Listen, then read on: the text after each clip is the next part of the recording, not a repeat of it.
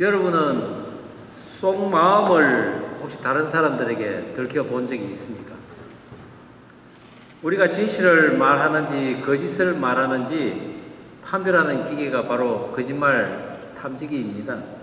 이 거짓말 탐지기는 1895년 이탈리아의 그 범죄 심리학자인 롬브로스가 처음 개발했다고 합니다.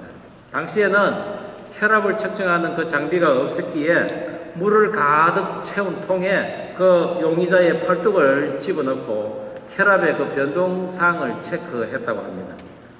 그 이후에 심혈관계 반응이나 그리고 호흡 반응 그리고 피부의 그 땀 분비 등을 측정하는 현대적 거짓말 탐지기가 등장을 했는데 그때가 1920년경이었습니다. 거짓말 탐지기는 우리의 그 의지로 컨트롤할 수 없는 신경의 그 자율신경계, 곧 소화나 호흡, 이런 땀 분비 같은 모든 기능을 관장하는 심장이나 위, 그리고 혈관, 방광의 그 수치 등을 측정하는 기계입니다. 평상시에는 일정한 패턴으로 운동하던 그 기관이 예기치 못한 질문이나 환경에 맞닥뜨리면은 자연스럽지 못한 그 흐름이 생긴다는 것입니다. 그런데 거짓말을 할 때는 그것이 억지로 유지하려고 하다 보니 교감신경이 활발해져서 그것이 곧 신경계통으로 전달이 된다는 거죠. 그래서 그 변동하는 그것을 그래프로 나타낸 것이 바로 거짓말 탐지기입니다.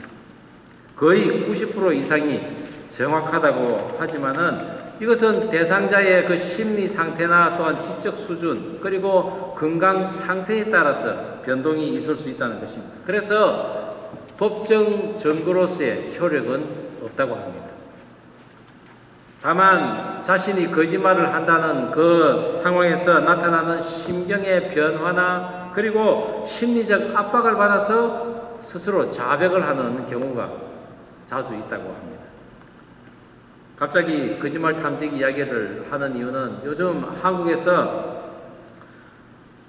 한때는 국회의원이었던 한 사업가가 자신이 평생 일구어온 그 회사가 하루아침에 무너지는 사태가 일어납니다. 그런데 그는 그것이 자신을 향한 업무이라고 주장하면서 너무나 억울하여 스스로 목숨을 끊어버린 그런 사건이 발생했습니다. 그는 평소에 그 회사의 비자금으로 수많은 정치인들에게 정치자금 그리고 선물 등을 건넸다고 폭로를 했습니다. 물론 거론된 어떤 사람들도 자기는 결코 그런 일이 없다고 하는 것입니다. 아무도 돈을 받았든지 선물을 받았다고 하는 사람이 없었습니다.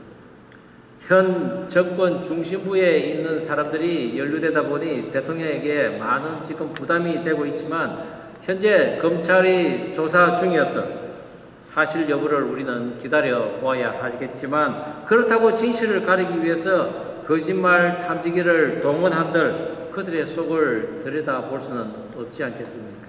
하지만 하나님께서는 그들의 속을 지금 다 보고 계신다는 것입니다. 오늘 하나님께서는 이스라엘 백성들의 속을 드러내 보이기를 원하십니다.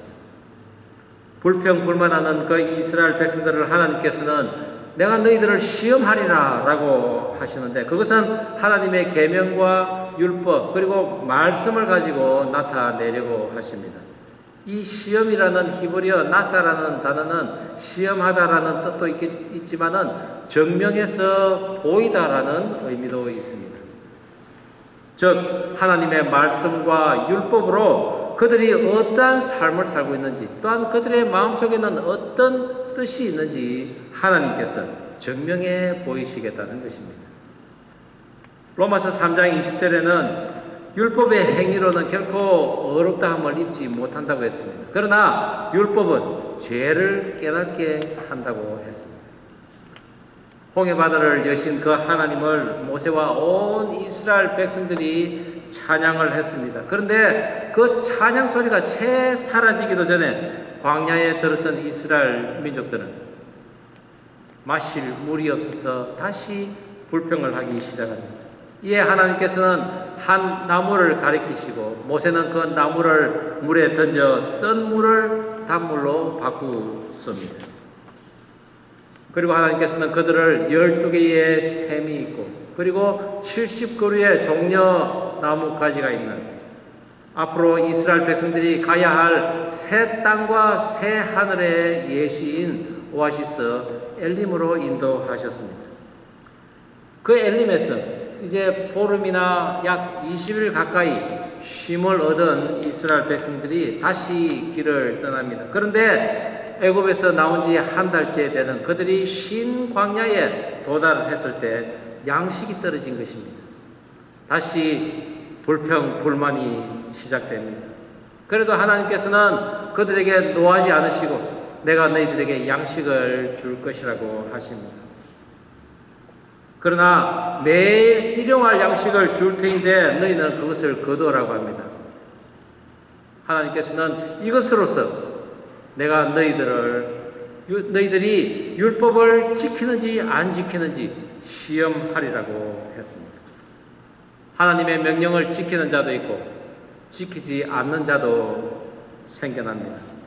사실 하나님께서 이 시험을 하시겠다는 것은 그들이 앞으로 거친 광야를 걸어야 할 텐데 하나님께서 그 주신 율법과 계명을 그들이 반드시 지켜야 함을 하나님께서 미리 지금 보이시고 계시는 것입니다.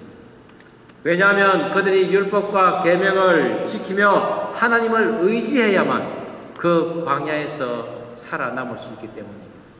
하나님께서는 그들 모두를 가나안 땅으로 데려가기를 원하셨습니다. 오늘 저는 하나님께서 너희를 시험하리라 라고 하신, 즉 너희를 증명해 보이리라고 하신 그 말씀 가운데 우리들이 보여야 할 신앙의 자세, 삶의 모습은 어떤 것인지 함께 살펴보고자 합니다.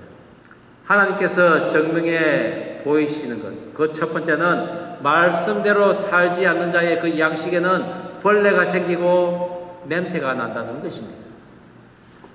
오늘 본문 20절 다시 한번 한 목소리로 읽어보겠습니다. 그들이 시작. 모세에게 순종하지 아니하고 들으는 아침까지 두었더니 벌레가 생기고 냄새가 난지라 모세가 그들에게 노하니라. 오늘 하나님의 말씀대로 살아가지 않는 자들의 특별한 모습은 불평과 욕심입니다. 이스라엘 백성들은 당장 먹을 양식이 떨어지자 애굽에서의 고기 까마 운운하며 그때가 좋았다라고 이야기를 합니다. 그런데 사실입니까? 사실 그들은 애굽에서 노예에 불과했습니다.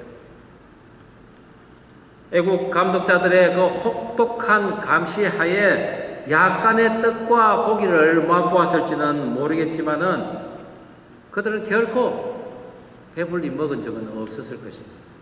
그들은 거짓말을 하고 있는 것입니다.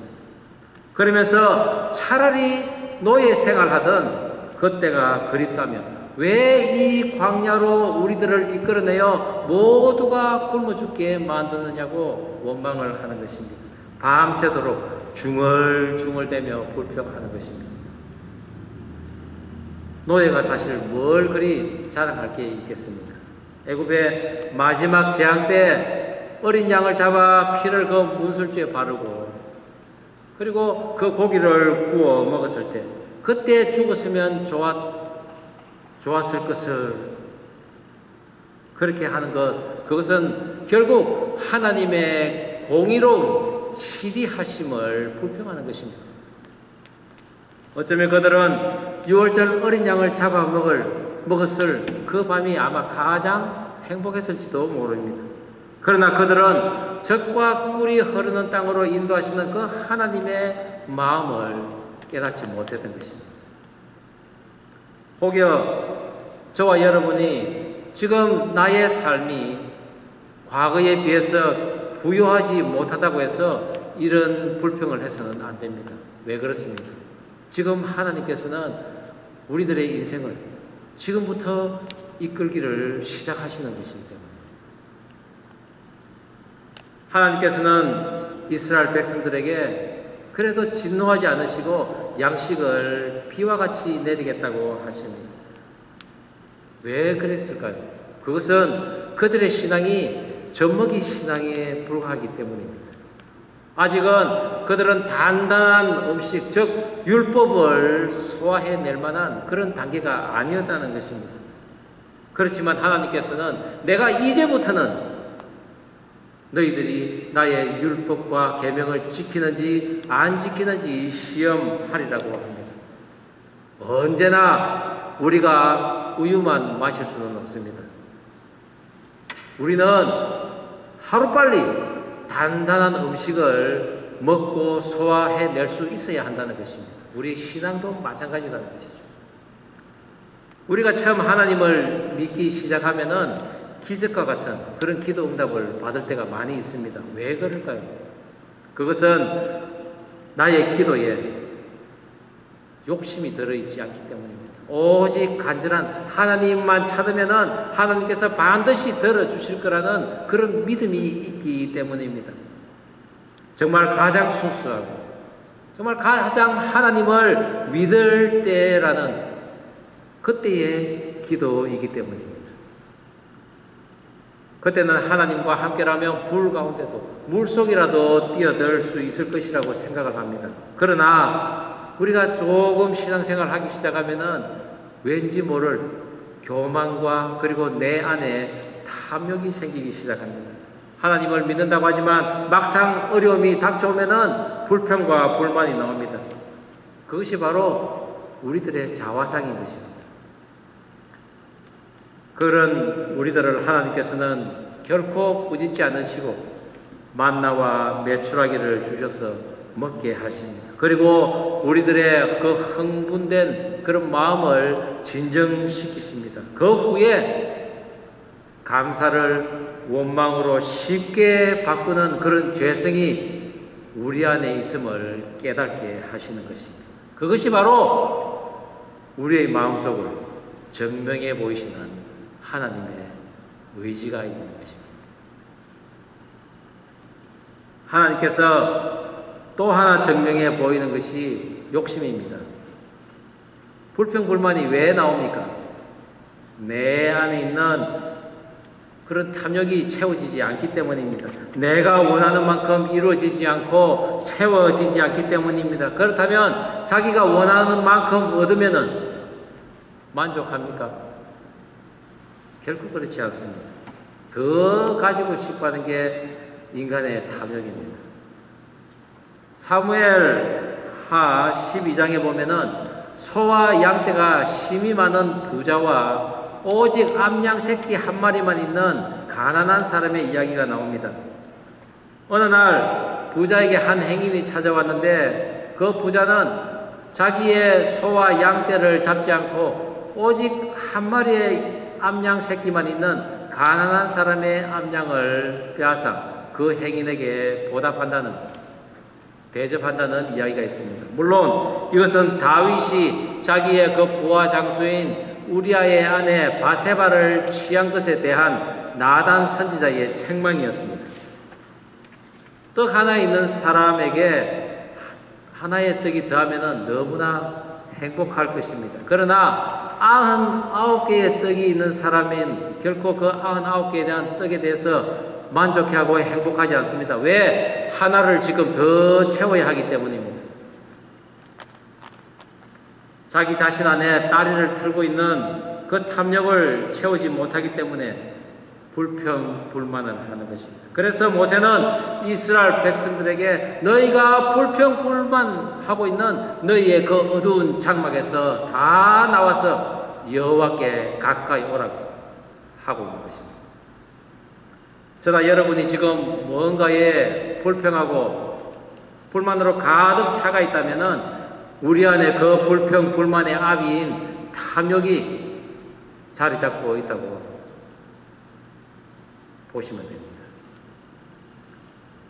그렇다면 속히 나를 가두고 있는 그 어둠의 장막에서 나와 여호와께 가까이 나아가기를 바랍니다.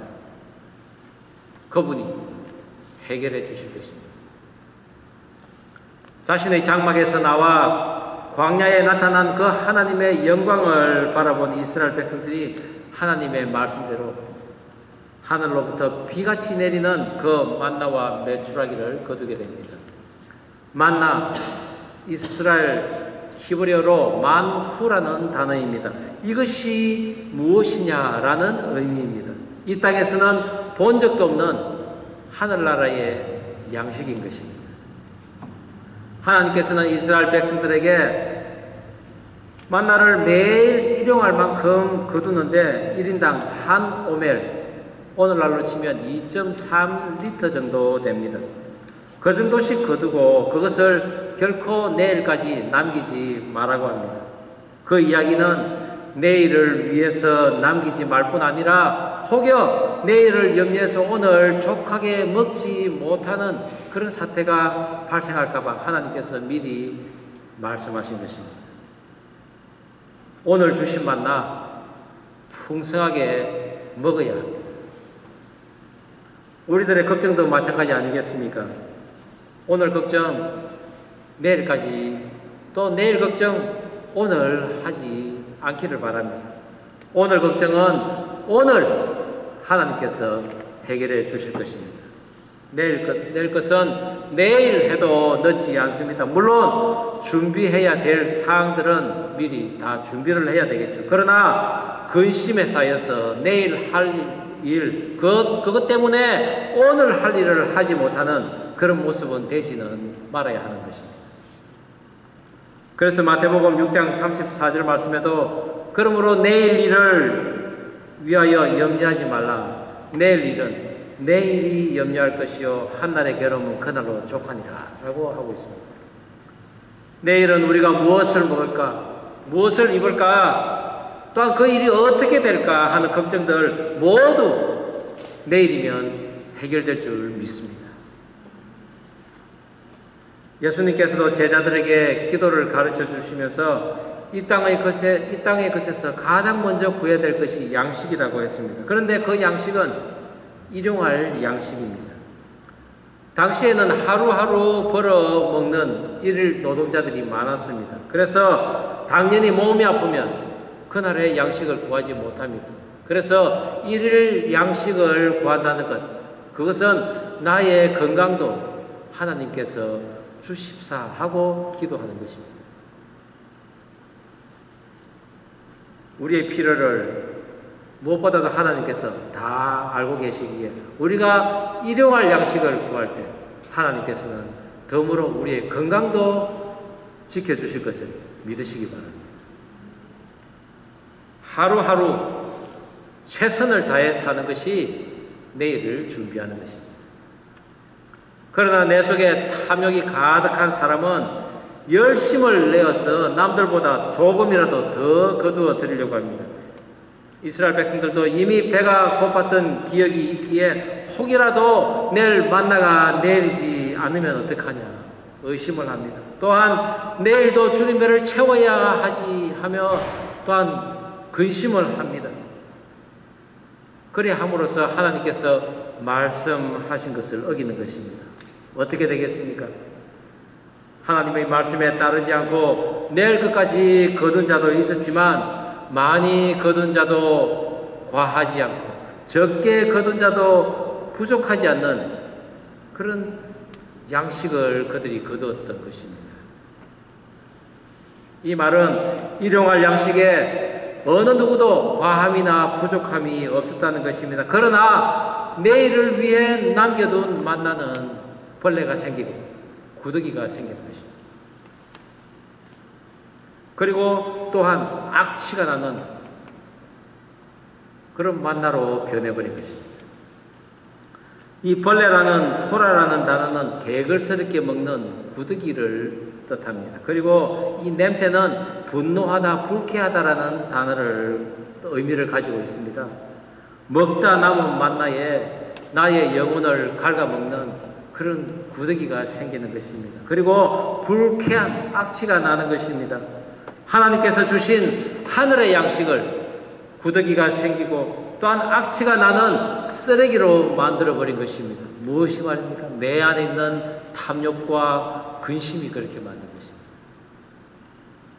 오늘날 교회가, 성도가 일용할 양식 외에 하나님께서 허락하신 것 외에 욕심을 부리고 또한 근심을 갖게 된다면은 그것은 바로 생명의 양식으로 오신 그 예수님을 구더기가 생기고 냄새가 나는 그런 만나로 만들어 버린다는 것을 명심해야 할 것입니다. 그것은 바로 하나님의 말씀을 믿지 못하고 또한 그 하나님의 말씀에 불순종한 내가 바로 죄인이라는 것을 하나님과 성도들 앞에 밝히 증명해 보이는 하나님의 뜻이 또한 거기에 있는 것입니다. 하나님께서 증명해 보이신 것, 그 두 번째는 말씀대로 행하는 자는 갑절의 양식을 거둔다는 것입니다. 본문 우리 5절, 22절 다시 한번 한 목소리로 읽어보겠습니다. 시작. 여섯째 날에는 그들이 그 거둔 것을 준비할지니 날마다 거둔 것에 갑절이 되리라. 여섯째 날에는 각 사람이 갑절의 식물 곧 하나에 2오멜씩 거둔지라. 회중의 모든 지도자가 와서 모세에게 알리매.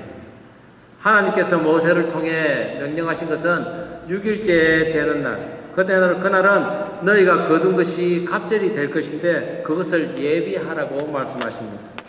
그 이유는 제7일은 안식일이니 거두는 수고를 멈추게 하신 하나님의 그 거룩한 안식일 제정의 그 기틀을 지금 만들고 있는 것입니다. 과연 백성들이 제6일에 거두어 오멜로 재어보니 2배가 되어 있는 것입니다. 놀란 장로들이 와서 모세에게 보여줍니다. 아니, 전번에도 남겨서 냄새가 나고 벌레가 생겼는데 이번에도 그렇게 될까봐 걱정이 돼서 가져왔다고 합니다. 그런데 모세는 그들에게 방법을 알려줍니다. 썩지 않을 수 있는 방법입니다. 너희들은 그것을 굽기도 하고 또한 삶기도 하고 나머지는 내일을 위해 간수해라고 합니다. 그런데 사실 그들은 갑절의 만나를 거두려고 갑절의 노동을 한 것은 아닙니다. 평소와 똑같은 노동을 했습니다. 그런데 재어보니 갑절의 오멜이 되어 있는 것입니다. 만나가 거두어진 것입니다. 이제 광야 여정 한 달을 지나면서 물이 없어서 원망하고 먹을 떡과 고기에 대해서 불평하고 있는 것에 대해 하나님께서 주신 그 구제책은 먹을 것에 대한 바른 대비책을 지금 가르쳐 주셨습니다. 일용할 양식을 구하고 그리고 주일에는 하나님의 안식에 참여하라는 것입니다. 광야 생활이 진행되는 가운데 이제 율법이 완성되어져 갑니다. 그런데 그들이 지켜야 할 규례가 무려 613가지나 됩니다. 그것을 지켜야 하는데 사람들이 다 지킬 수는 없습니다. 그러다 보니 그들은 율법을 또한 어기게 됩니다. 그럴 때마다 희생 제물의 피를 쏟아야 합니다. 세상의 모든 짐승의 피를 다 뿌려도 인간의 죄를 다 사할 수는 없다는 것입니다. 그것이 하나님의 생각입니다. 그래서 하나님께서 우리에게 주신 것이 있습니다. 단 한 번의 희생 제물로 죄 없이 하는 것입니다. 그것은 바로 안식일의 주인이시요 모든 율법을 사랑으로 완성시키신 그 예수님의 피로 온 인류의 죄를 깨끗이 씻는 것이었습니다. 우리가 율법과 계명을 지키는 것은 예수님의 그 죽음을 헛되이 하지 않는 것입니다.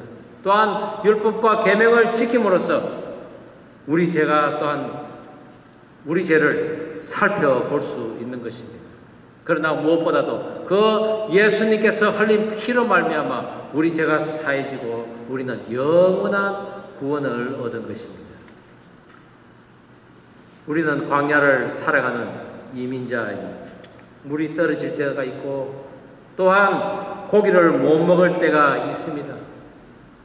그렇지만 무엇보다도 우리가 하나님의 말씀을 믿고 따르면서 날마다 일용할 그 양식을 얻으면서 처소에서 예배드리는 자가 된다면은 우리에게 갑절의 양식을 공급하실 그 하나님의 은혜가 있을 것입니다. 하나님의 율법 중 하나라도 어기지 않고 완벽하게 흠없이 살 수 있는 사람은 없습니다. 그러나 율법은 우리의 죄를 보게 하실 그 하나님의 잣대이지만은 그 율법을 통해 가르치시는 하나님의 묘략은 바로 우리들에 대한 사랑인 것입니다. 오늘 만나를 내려주시는 감사와 또 내일 주시되 갑절로 주실 그 소망은 하나님의 말씀에 순종한 그 믿음에 기초하지만은 그래도 우리는 늘 기도하며 살아야 할 것입니다. 하나님, 우리들의 여정이 힘이 듭니다. 하나님께서 보이신 그 젖과 꿀이 흐르는 땅, 그렇게 험하고 뭔지 몰랐습니다. 그러나 나의 욕심, 나의 죄로 인해서 하나님께서 보여주신 그 가나안 땅을 단번에 저는 달려가려고 했습니다. 그러나 하나님께서 인도하시는 그 여정은 결코 헛되고 또한 남들이 보기에는 부질없는 것은 아니라는 것을 저는 인정할 수밖에 없습니다. 라고 우리는 기도해야 할 것입니다. 무엇보다도 하나님께서 인도하시는 그 과정, 그것은 나를 변화시키기 위한 하나님의 열정이었으며 그 사랑이 하나님의 율법으로 나에게 임한 것이라 우리는 고백할 수 있어야 합니다. 그러므로서 하나님의 은혜가 나를 변화시켜서 천사보다 조금 못한 그런 아름다운 형상으로 우리를 변화시키실 것입니다. 나의 후패한 죄된 그 속성은 불평과 불만으로 표출되어 나의 공동체에 냄새가 나게 하고 또한 썩어서 벌레가 나게 하는 그런 악을 발동시켰음을 우리는 하나님 앞에서 회개해야 하는 것입니다. 우리가 이렇게 기도할 때 모세가 본 것처럼 하나님께서는 한 나무를 화살로 쏘듯이 가르쳐 주실 것입니다. 거기에는 나의 죄를 위해 모진 고난과 모욕을 당하시고 또한 위로 없는 죽음에 이르신 예수님께서 계실 것입니다. 우리가 그 예수님 바라보며 나를 불쌍히 여겨달라고 우리가 기도했을 때 그 예수님께서는 내가 너희를 사랑한 것 같이 너희도 내 이웃을 사랑하라 하시는 가장 큰 계명을 우리에게 가르쳐 주실 것입니다. 그 계명 깊이와 높이와 넓이 그것을 우리가 하나님 앞에 조금씩 다가갈 때 그것도 함께 알 수 있는 것입니다. 하나님께서는 가장 큰 계명인 그 사랑으로 우리들을 드러내 보이고 계시는 것입니다. 그런 회개에 이른 자들은 남은 광야길을 기쁘게 갈 수 있습니다. 왜냐하면 내 죄에 비해 그 하나님께서 부어주시는 그 은혜는 너무나 크고 놀랍기 때문입니다.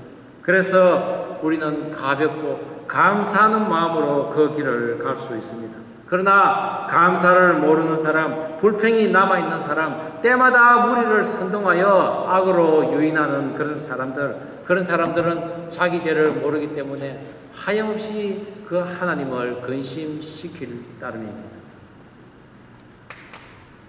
하나님께서는 그래도 그런 자들을 계속해서 연단하여 정금처럼 만드시기를 원합니다. 그렇기 때문에 광야에서 다윗의 후손들이 준비되어 나옵니다. 그리고 또한 여호수아와 같은 그런 하나님의 진실된 종이 또한 자라고 성숙하는 것입니다. 그 그 광야는 바로 오늘 우리가 있게 된 믿음의 발상지며 또한 영원히 사모할 곳이며 때에 따라서 각절의 만나를 공급하시는 그 하나님과 절대 분리된 적이 없는 유일한 여정인 것입니다. 그래서 우리는 광야를 두려워해서는 안 되는 것입니다. 모세가 아론에게 이르되 항아리를 가져다가 그 속에 만나 한 호멜을 담아 여호와 앞에 두어 너희 대대로 간수하라고 했습니다. 예수님을 나의 구주로 영접하는 자는 결코 사라지지 않고 벌레 먹지 않고 냄새 나지 않는 영원한 만나를 먹게 될 것입니다. 내가 곧 길이요 진리요 생명이라고 하신 그 예수님이 우리가 먹어야 할 영원한 만나인 것입니다. 마르틴 루터는 한 가지의 거짓말을 하기 위해서는 7가지의 또 다른 거짓말이 필요하다고 했습니다. 그런 자들은 자기 안에 그 탐욕과 온갖 죄악들을 어디 한번 밝혀내 보라고 할 것입니다. 자신은 죄 없다고 할 것입니다. 그러나 그런 자들은 거짓말 탐지기를 통과할는지는 모르겠지만 결코 우리의 머리털 하나까지도 세시는 그 하나님 시선은 결코 통과하지 못한다는 것입니다. 내가 너를 시험하리니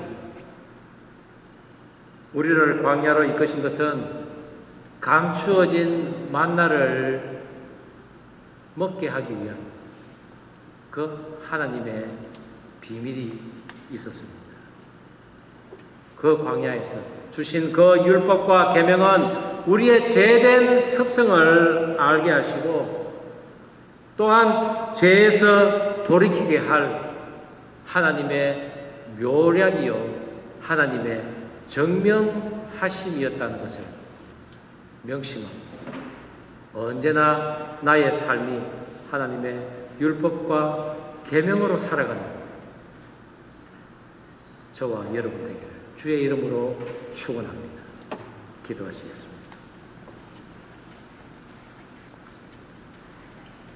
우리가 다 함께 이 시간 잠깐 기도하면 좋겠습니다. 그렇습니다. 하나님, 제 속사람이 정명되기를 원합니다.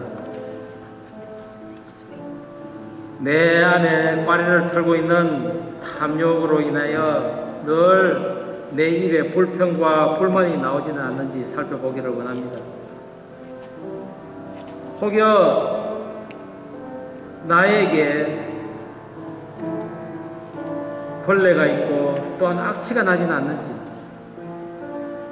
만약 그런 게 있다면은 주님 주신 가장 큰 계명 사랑으로 이기게 하옵소서. 우리가 함께 이렇게 기도하면 좋겠습니다.